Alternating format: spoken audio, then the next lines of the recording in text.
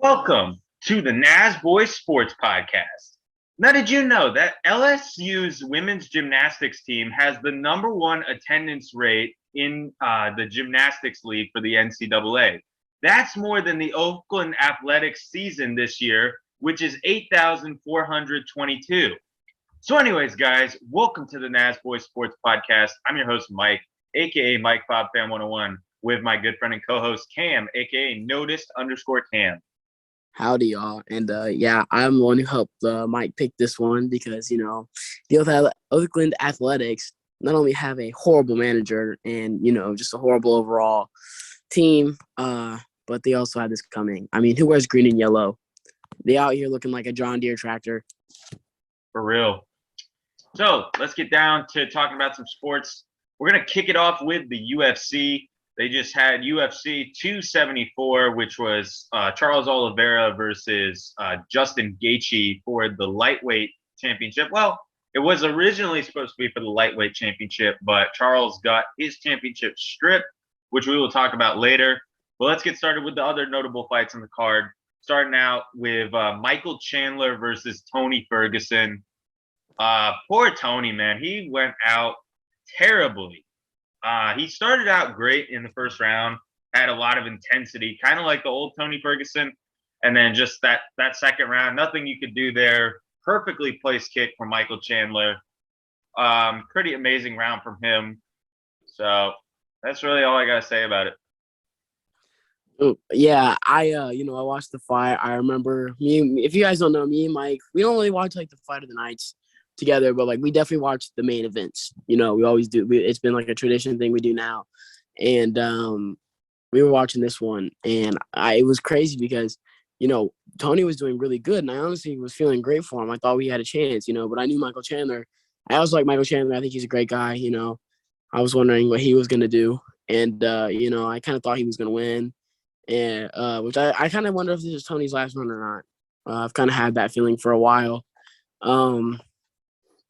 I was looking away, and so was Mike, and all Mike says is, "Oh, crap," and he looks, and I look at the screen, like I break my neck towards the screen, and all I see is like Tony's like passed out, just body there, no soul inside of him, and like Michael Chandler's in the background doing like 5-10 backflips, like it's nothing, which I always think of the Mario Kart sound, and then it was like good for Michael Chandler because I was really like excited for him. But then, it cuts to like a small part where like Tony was like gritting his teeth and like looked like he was in some serious pain.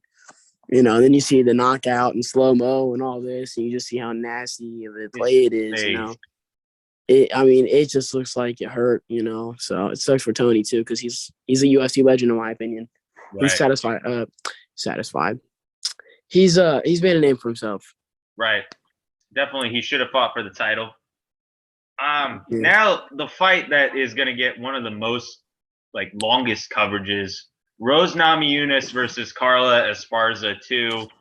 Holy crap! That was the worst UFC fight I've ever watched. I've only been a fan for almost a year. It'll be a year probably in July, but God, that was bad.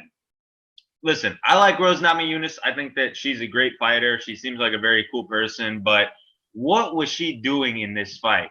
All she was doing was just running around, checking her range, throwing punches in the air. Like, that's not how it works. You're supposed to be the champ. You're supposed to be fighting. You're not supposed to be dancing around and, no, I don't want to hit you. No, you hit me. And they're not doing anything. Carla Esparza was bad too. She was doing practically the same thing, except she was trying to land more strikes than Rose. Combined strikes. They both landed 68 strikes combined, which is obviously 30 plus each. That's sad. In a championship bout, which had history behind it. Carla Esparza beat Nami Eunice the first time, and everybody thought Rose was going to beat her, but that's not the case. And Rose's coaches too, man, they're terrible. Like, they were telling her, "Oh, you're doing such a good job." No, at least there was one coach somewhat telling her to pick up the pace, but she wasn't. She wasn't picking up the pace. Her boyfriend / coach, Pat Barry, was saying the reason why fans were booing was what they wanted. Who wants fans to boo you? They're not booing because they hate Rose and they want to give Rose energy. They're booing because it's boring. And I don't blame them. It was the absolute worst fight, disgusting performance by both fighters. They both did not deserve that belt. Please give it to somebody else because that was absolutely terrible. Yeah, that's probably got to be the worst fight I've ever seen. And I've been watching UFC since I was at least 6 or 7, and and I've seen a lot of bad fights. Right, the only one that comes close to this in like recent times is probably Ngannou versus Lewis, and that was bad. But this one was boring, dude. Out of my mind, horrible. Rose didn't look like she was really punching.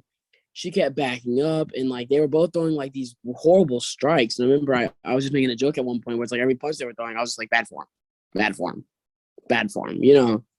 Like it was horrible. You got Pat Barry over there practically grooming her in front of everybody. Like it's not really cool. It's just kind of awkward. He's like, yeah, you're doing great, Bay. Butt squeeze. You got this. You only thrown 10 strikes in the first round. Let's go. Let's keep that up. Next time, make it 5. You got this. And, you got Esparza up there, and she's like sitting there, and, she's hacking. She's not really getting much out of it, though. It's kind of probably be the worst shoots I've ever seen. Not even quick, very predictable. Rose had her hands down a lot. Esparza actually kept her hands up, so I give her credit for that. She looked like she was trying to do something. But, I don't know if Nami Eunice got in her head about the last fight and she was scared. But, this was definitely not no beat down. Esparza doesn't deserve the title. Neither does Rose. I think Rose just handed it to her, and that was it. Right. I don't know if Rose was scared. I know she has a lot of like mental issues, which obviously I'm not criticizing her for that. But I don't think she was necessarily scared. But she didn't look like she wanted to prove a point. Most times when you go for a rematch against somebody that beat you, you want to try to prove a point. Rose has had plenty of time to try to prove her point that she can beat this girl and didn't even try. That's my issue. I like Rose. There's a lot of people attacking Rose for like personal reasons, but I'm attacking her and criticizing her because of her fighting style. And that was just ridiculous. That was overall ridiculous. I don't want to see a third fight of this unless Rose is actually going to try and be the Rose Nami Eunice that we know she can be. I'd also like to add on the fact that Rose looks like Sid off of Toy Story. If you don't know who that is, that's the little kid with the pinhead like hair. I'm talking with the baby doll and all that, the spider legs. And Esparza looks like a witch. Trick or treat. Overall, this was just a bad fight in my opinion. I mean, I guess if I had to rate last fight, I'd say, not only for the knockout, but how he was playing. I mean, it was a good 8 out of 10 fight in general. This fight was probably a -5 out of 10. I gotta agree. I tell you, I if I was by myself and not making jokes with Mike, which by the way, me and Mike weren't even paying attention near the last rounds. We were just so bored out of our mind. We were talking. I probably would have snoozed out and just fell asleep. Right. I mean, me and Cam, at the end, we can't show it because obviously the UFC has terrible copyright rules.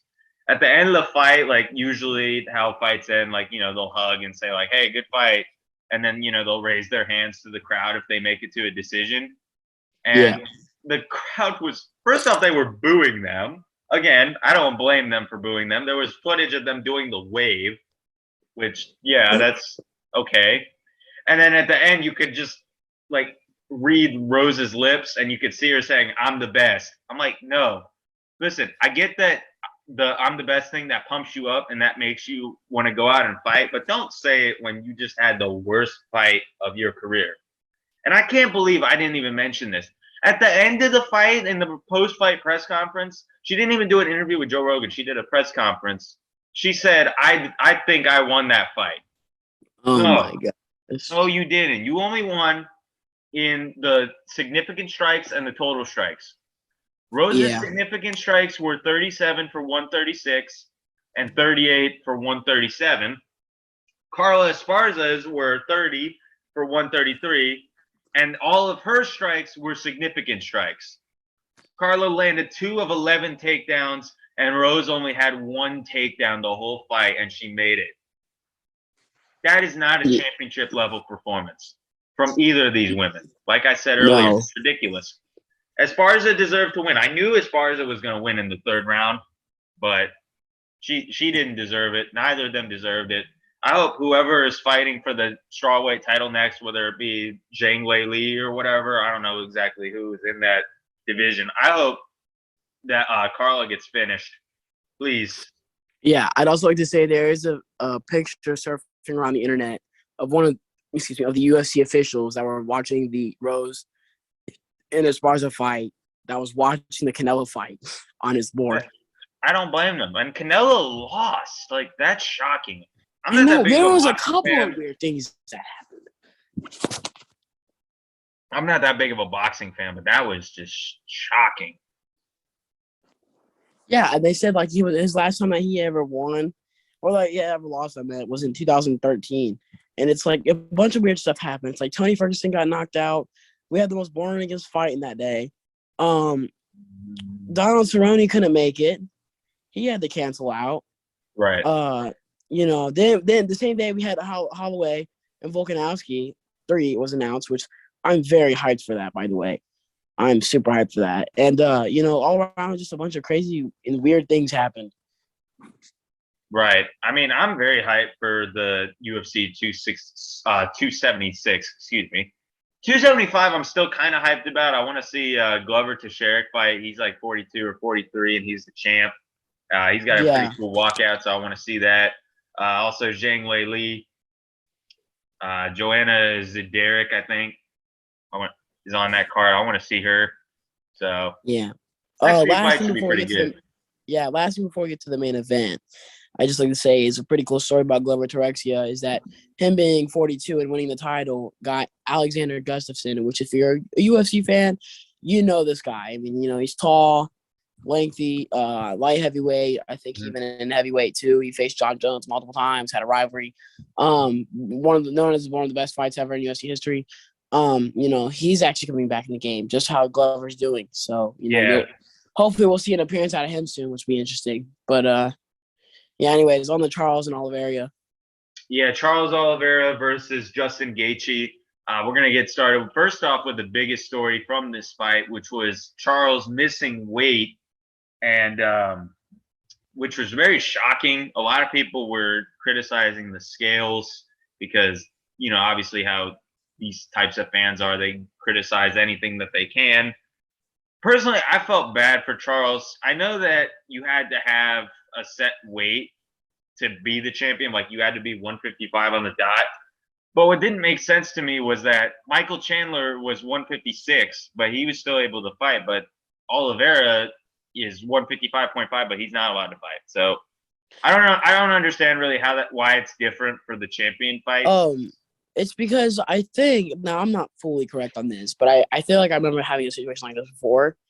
And I think it's because the championship, like the champion has like a stricter weight limit, like weight limit and stuff. So I feel like they kind of hold him to like a higher point, so maybe that's why. I mean, I'm not really sure though. I'd have to look back and see what else they're talking about it. Cause I heard about it, but I didn't really know much about what happened with that. I mean, I guess, but it just didn't make that much sense to me. And he was only like 0.5 of a pound off. So yeah. And then I don't know how he couldn't lose it. So that might be something wrong with the scale, because he said that he made weight the day before. So I don't know, but Charles did go out there and he fought like a champ, like we all knew he would. He got knocked down a couple of times, tried to set up his jiu-jitsu, but Justin Gaichi, he didn't want to do that, obviously. And then when Charles finally got the knockdown on him, he just completely choked him out. Pretty much what I expected in that fight. Overall, it was a pretty good fight for what we had. Much better than that Nami Eunice and Esparza fight, which, by the way, like I said earlier, both fighters combined for 68 total strikes. They reached that within the first round, and probably even threw more than that. Yep. So, I'm sorry. No, that was it. I was just gonna say, conclude it, just saying, yeah. Yeah. I was watching the fight alongside Michael, of course, and I thought that Oliveira was still gonna win. But I guess at the same time, it sucked for Gaichi because I like Gaichi as well. I think he's a great guy. super cool. You know, he doesn't really bother nobody. I mean, he has his times where he's like, he doesn't really stir up stuff, though, I wouldn't say. And, you know, I mean, in the first round, he got taken down and submitted. I mean, you know, the crazy thing is that Gaichi knocked Oliveira down twice.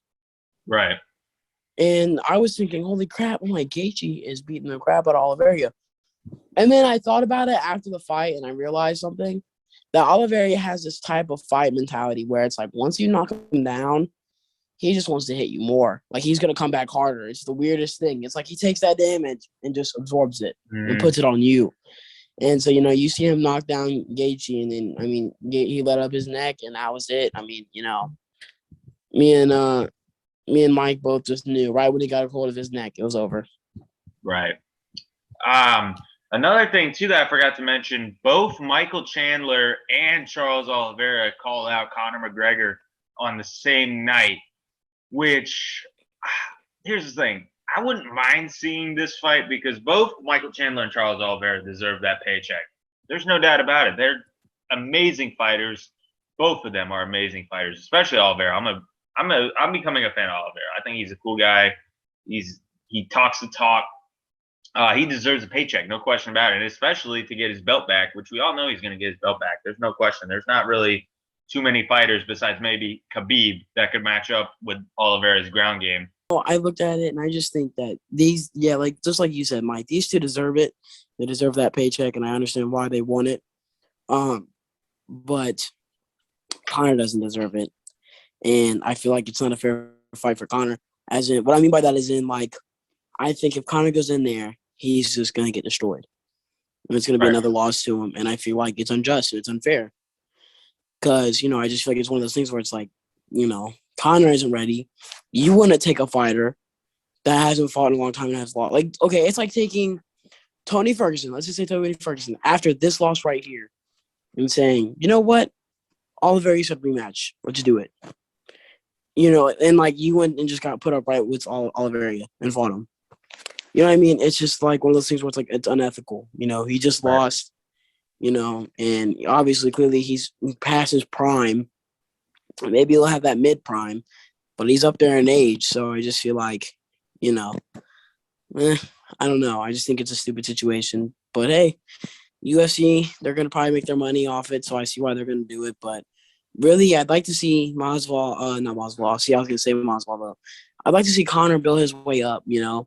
Maybe get someone like Masvidal, or maybe even a little below that. Really, Conor, I'd like to see you go down to lower weights again. I know you look like a skeleton, and it was super unhealthy, but that's when you were the most dominant. And if you ever won the championship back for one last time before you retire for finally, because obviously you're getting up there, now's the chance to do it.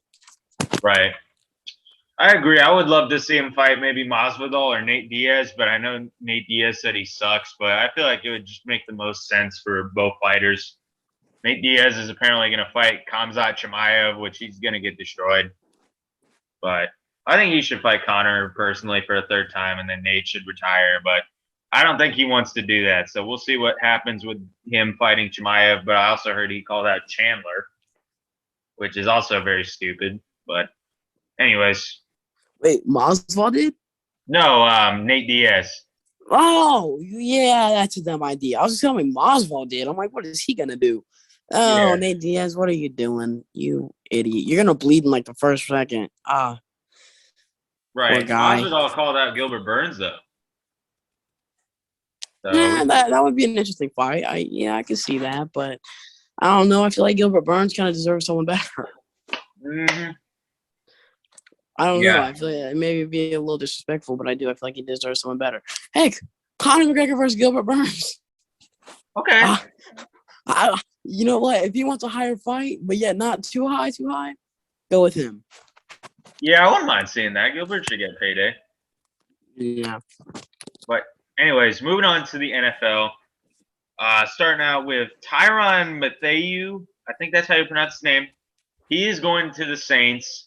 I believe he's going back home, which is a good move for the Saints. They just need to build back a core, and then maybe they can get to the playoffs. Yeah. I definitely think the Saints need to build up a little bit for sure. Another big story from the NFL. was DeAndre Hopkins is being suspended 6 games for violating the PED drug policy. This was very shocking because Hopkins seemed like very clean, and he says that he is a clean guy and that he doesn't know how the stuff got in there. But of course, they all say that. So Yeah, I don't know. really. He said he's going to investigate it, so we'll see what happens with the investigation. But that's going to hurt the Cardinals for the first 6 games of the season. Man, the Cardinals are already hurt too, so that's really going to put them down a little bit. You know, Kyler Murray and that whole situation. Right. Finally, the Commanders sign offensive guard Trey Turner, which is, again, the wrong player that should be in D.C.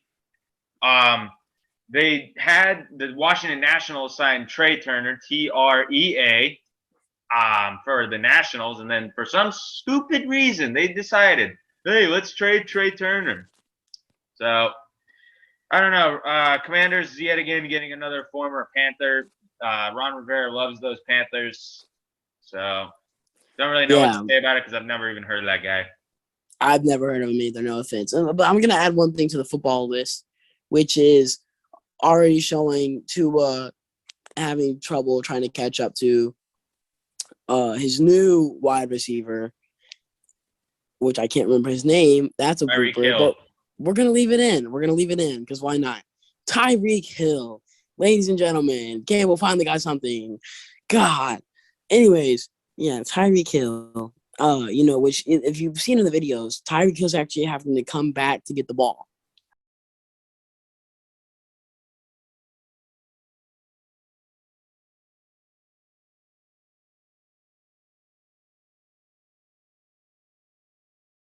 You know, there's only been, they said when they were looking at practice plays of them through going with each other, only 2 of those were like rockets and right on the dot, but the rest like were all like not overthrown, but you know, like not thrown far enough. So, right. You know, I mean, I was expected to, you know, this happening. I thought if the Dolphins were going to get him, they better get a better QB, but clearly that's not happening. So if he's not going to be able to work with Tua, you just wasted all your money, man. Right. Really bad voice crack, but yeah. I guess the memes are coming true. Oh, right. Absolutely. In baseball, now we have some big stuff going on. Now he added fuel to this fire. Okay. Now I have no clue if this is real or not, but there was like a reposting, like a detailed article that he reposted, which was about, is this the end for Joey Votto? And on Twitter he put 5 months to go. Period. Enjoy the show. Period. Now, could he be trolling? Possibly. I don't know if this is his last year or not, but it might be. It might be. It's either this year or next year. So, you know, if it is, I mean, that's pretty crappy, especially for him to leave on this season. But to be fair, he has been in a slump. You know, he's not been doing good. A lot of the Reds haven't. But hey, Reds beat the Pirates a couple of times, you know, this week. We're hanging on strong.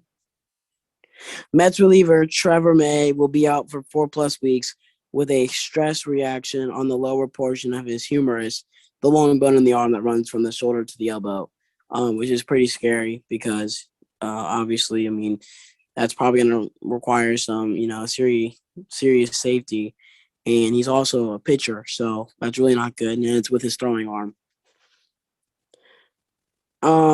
Madison Gumbarder, who got ejected in the first inning in Miami after a routine foreign substance check. And showing you the replay of the birdie home run, Madison Bumgarner got tossed. Let's give you some of the stuff here. Now, he didn't like this pitch to Garrett Cooper. Yeah, look, he starts to walk off the mound. He thinks he got the called third strike. He didn't get the call. It was off the plate.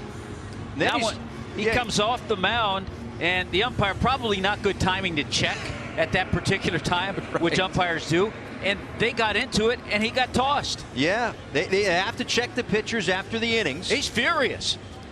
And this was his first warm-up pitch before the first inning.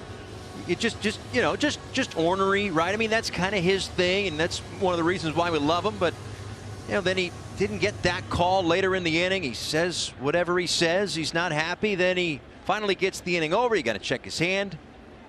Can't read lips from here, and probably don't want to, even if we could. But he ends up getting thrown out. And he got pretty mad, which he basically got he got thrown out the game for his cussing. Which what happened was, after the umpire searched him, he said he basically added fuel to the fire, just like Joy did, and said, the D word, you can search longer. And you can clearly see him word that, and that just made the ump throw him out. And then he got on the ump's face and honestly almost nearly touched him, which is never a good thing to see. What are your reactions to this, Mike? Yeah, I've heard Madison Bumgarner. He's kind of a traditional guy, so it's not really surprising. But that temper, though, that doesn't get you any places in baseball for sure. Yep, exactly. Now, I know this is a while back. Some of these are a while back, but let's bring down the Reds again, because obviously they deserve it. This was one of the games the Brewers erupted for 500 runs and 8 runs versus Cincinnati. So it's just depressing, man. As a Reds fan, I've seriously had some high doubt. This is probably the most depressing season I've seen in a long time. I'd probably say, if I had to think about it and really put my mind to it, this season's probably top tier. Maybe the worst season I remember is probably 2015 or 14. One of those seasons we just did horrible. I remember this strongly, and that was very depressing. I know Mike has his fair share of pain in sports, watching the football team or the Commanders now. And the Wizards, and even the Nationals. Yeah, the Nationals are doing. I like to say in the league, if you're doing worse than the Orioles, what are you doing with your life? That's all I gotta say. Hey, it's true. What are you doing with your life? I'm sorry. What'd you say? I said it's true. Yep. White Sox reliever Liam Hendricks is never shy with his emotions on the mound, but with the recent loss of his grandfather Wednesday's final out versus the Cubs was all more meaningful for Liam. Which the only reason I'm saying this is because this guy's always been kind of known as not a troublemaker, but I don't know why people always assume he's really mean. So I feel like I just wanted to show this to say, this guy has a heart, so, and I always said he did. I always thought he was nice. Some people think he's mean, so I just wanted to get that out there. Red Sox left-handed pitcher Chris Sale reportedly suffered a setback in his stress fracture recovery due to a small personal medical issue. So they said that it's not COVID or orthopedic. It's just that they don't even know what it is really. They just said it's like one of those things where you just have to respect his privacy. I have no clue. But I obviously we've been saying that this guy was supposed to return in the beginning of the season, and he still hasn't yet. Major setback. How long will he stay at the Red Sox before they let him go? I look at that and I just think that. The Arizona Diamondbacks called up their number 1 ranked prospect outfielder Alec Thomas, which is huge. I think the D-backs have they have a young team, if anything. They're looking to make something happen sooner or later, which I could see it, Twin star outfielder Byron Buxton, a.k.a. Christian McCaffrey in the NFL, is listed as a day-to-day with a very low-level right hip strain, with the team being optimistic he'll be back for their series against Houston. Once again, it just sucks because I think he's a great player and a great outfielder, but that leg and ankle he has just holds him back, and, super sad. Reds ace right-handed pitcher Louise Castillo has been activated from the 10-day list. He made his season debut finally just the other day, which he did okay. Not too exciting. Speaking of baseball, I just like to say my high school team. I just saw this yesterday. Which I'm not gonna say the teams, but my team beat this one team 24-2 in just the 5th inning. I'm not gonna say the school, but I really want to clown you guys. Y'all are garbage, dude. We have the worst sports team in history, and you're letting us dog on you guys that bad. I mean, it's 24-2. Gosh, coach, get a mercy rule or something. Spare your kids. White Sox outfielder Gavin Sheets drops a fly ball in right field, and the game broadcasters respond with, "Oh, okay." Now I can't say this. I remember this happening. He says, "Are you crapping me?" on live air. That's what the guy said after he dropped like a fly ball. Yeah. And you know, Heard about now I that. don't know what happened to him, but it's a pretty funny clip. I wish we could play it. I don't know. It's just it's very funny. Let's see. Angel superstar Shohei Ohtani says that baseballs being used in 2022 aren't as juiced as they used to be. Ohtani spoke with Sam Blum of The Athletic and responded to a question about the baseballs this season, saying, "I do feel it personally, and just by watching the games, I feel like the balls aren't as juiced." Ohtani later added, "And just by looking at the numbers, exit velo, launch angle, there are some of the balls that shouldn't leave the yard that should have led the yard that haven't." Which, if you guys don't know, the term for balls are being juiced is basically, it's more like a ball that's easier to just crank, just absolutely take it yard, So I guess they're saying that it's not really a fair advantage to the hitters. The Minnesota Twins are expected to place shortstop Carlos Correa, boo, on the 10-day injured list with a bruised finger. Oh, bruised finger. Come on. Bro, I get sore legs from working out, and I still go spar for my TKD class. Sore finger? Not even a sore, it's just a bruised one. His initial return date for today's game of Houston wasn't a realistic scenario. The St. Louis Cardinals have optioned shortstop Paul DeJong to AAA to make room for Tommy Edman to be a shortstop.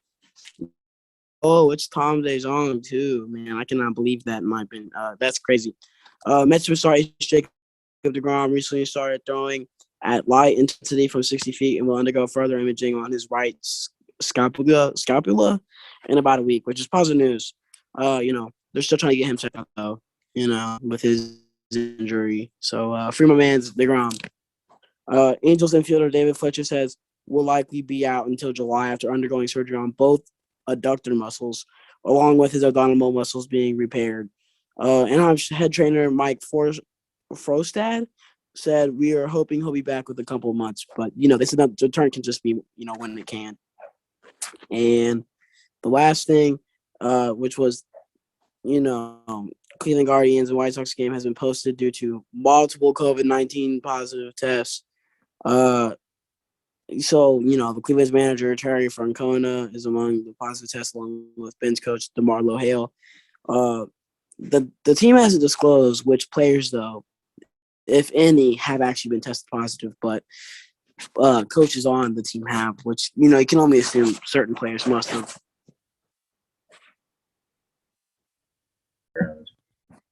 All right, guys. So let's get down to talking about the NBA. Playoffs are still going on, of course. I feel like I'm going to say that for every episode of the playoffs. But yeah, the current series right now that are going on are the Celtics and the Bucks, which is the game I'm watching right now. Boston is up by 1 point at the time of this recording, 106-105, with 31 seconds left in the fourth. So we'll see what happens. This has been a pretty interesting series so far. The first game, obviously, Milwaukee blew them out, which was impressive. Then the Celtics blew them out. And now we've seen a bunch of close games. So overall, this series has been pretty interesting. Obviously, I want Milwaukee to win because I'm not at all a Boston Celtics fan. Cam, I know you're a Milwaukee fan. What do you think?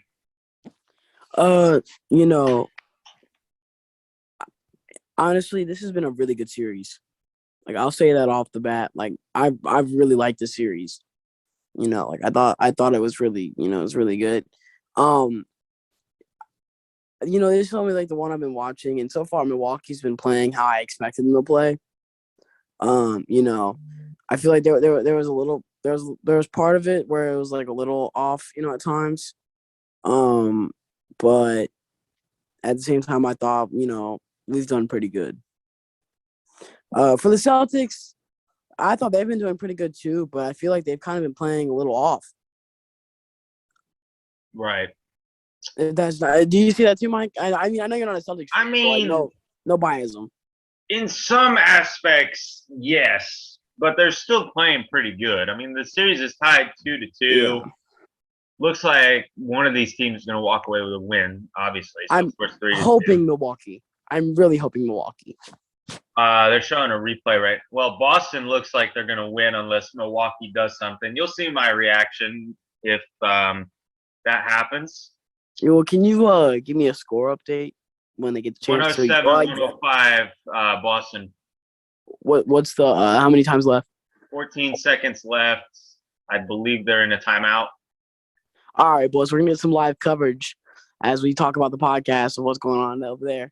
Yeah, so while we wait for the Milwaukee and Boston game, let's talk about the Grizzlies and the Warriors. This has been an insane series, but unfortunately, I think it's going to come to an end later tonight because, first off, Ja Morant, he has a bone bruise in his knee. What an exceptional season. Ja Morant is a freaking awesome player. He can do it all. You want him to shoot, he can shoot. You want him to pass, he can pass. And most of all, his finishing ability is elite. His vertical is absolutely elite. He can make some crazy jumps. That kid has a bright future ahead of him, multiple MVPs waiting for him. He is truly a one-of-a-kind player. Yeah, very much so. I agree. Now, the Warriors, obviously, they're playing like what you'd expect. They are beating Memphis, but it's been close. That's the thing. Most of these games have been close besides the last game that they played. Even then, it was kind of close. But, yeah. Overall, I'm very impressed with both these teams. And Memphis, they have a bright future if they can keep Ja happy. Yeah. I'd like to point out this, though. I feel as if not Milwaukee, why am I saying that? If the Warriors had a team that had like a really good defense, I feel like the Warriors would be stopped. Right.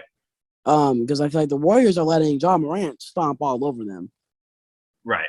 I mean, he whatever he wants to do, he'll do. He'll do a half-court shot, bounce it off the back, and then just slam it in.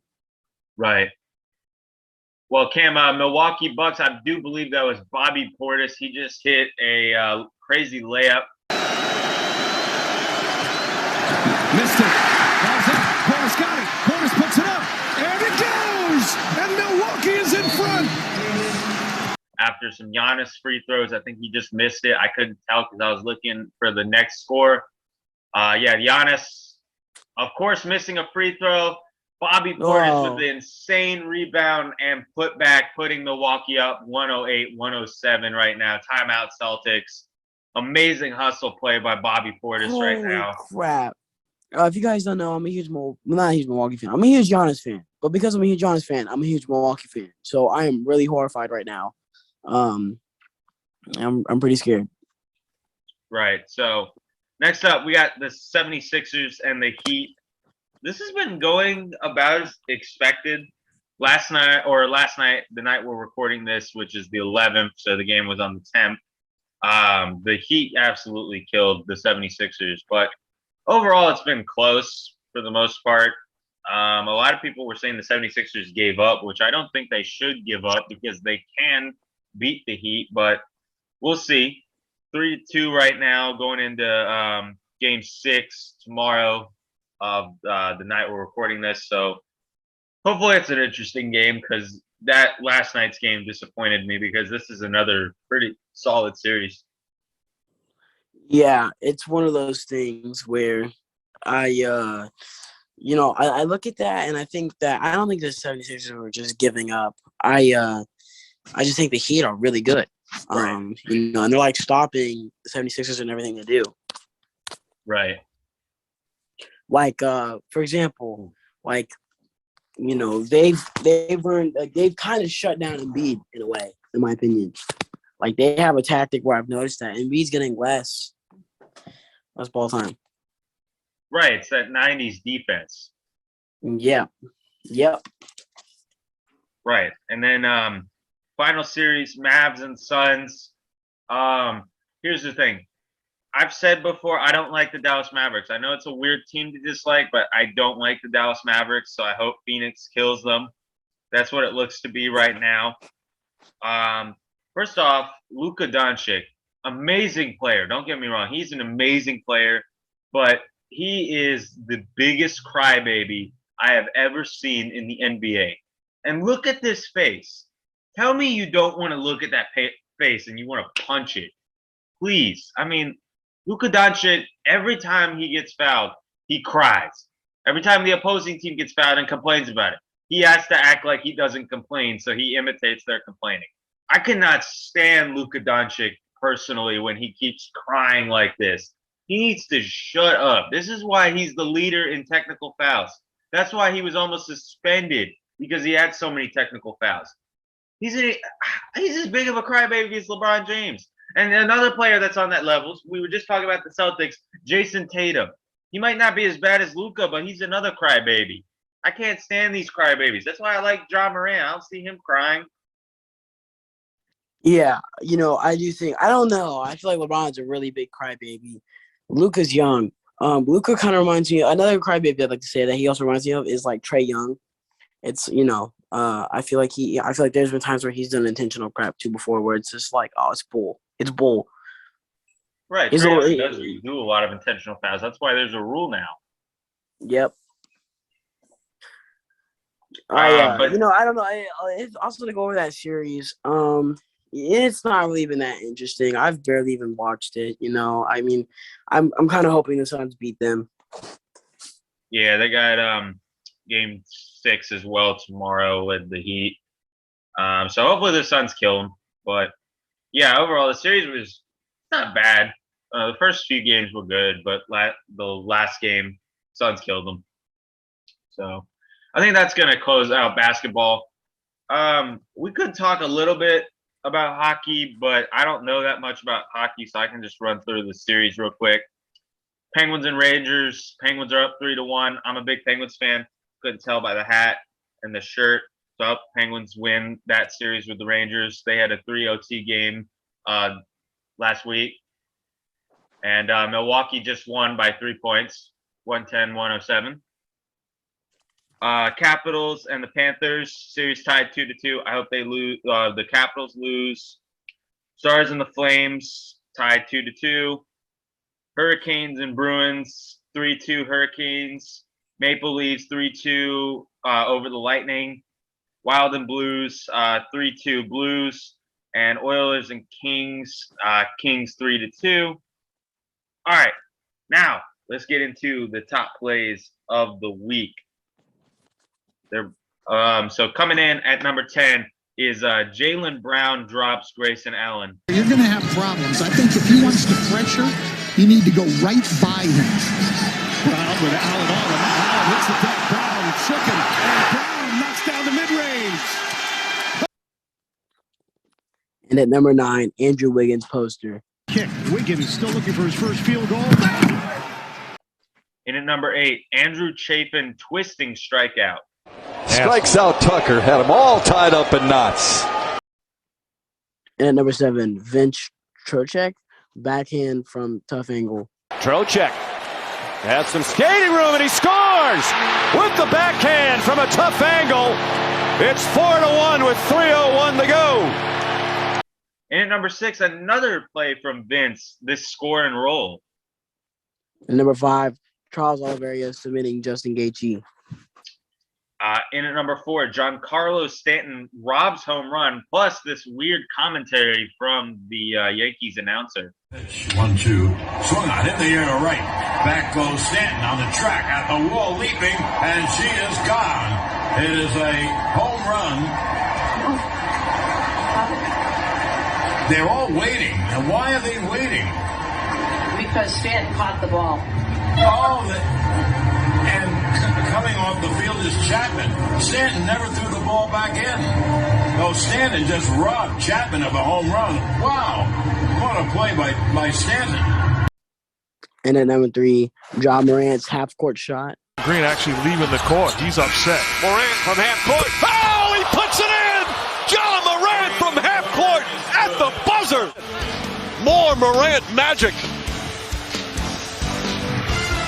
It always pays to at least try those shots at the end. In at number 2, Michael Chandler knocks out Tony Ferguson. And at number 1, Michael Taylor scales the wall to steal a home run. That pitch is out over the plate and hit to deep center field. Taylor is at the track. He's at the wall, and he caught it. Michael A. Taylor got his foot on the wall and catapulted himself up and may have taken a home run away from Kisner. He did. Michael A. Taylor robs Kisner to end the bottom of the 5th. And so with that, that will conclude this week's episode. Thank you guys so much for watching. Comment, like, subscribe. Make sure you guys follow our socials, and we will see you guys in the next episode. Peace. Peace.